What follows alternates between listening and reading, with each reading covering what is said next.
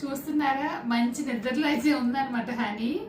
ఈరోజు వచ్చేసి వరలక్ష్మి వ్రతం అనమాట. ఆగస్టు 21వ తేదీ.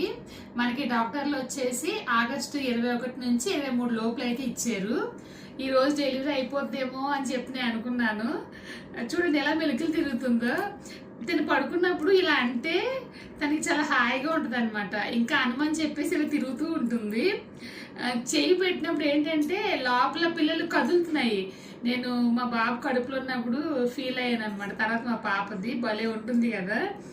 దగ్గర వేసేది చూడండి, ఇలా అనమని చెప్తానే ఉంటుంది. అసలు ఇది చెప్పడానికి కూడా రావట్లేదు అనమాట మాటలు. ఆ ఫీలింగ్ వచ్చేసి చాలా బాగుంటుంది.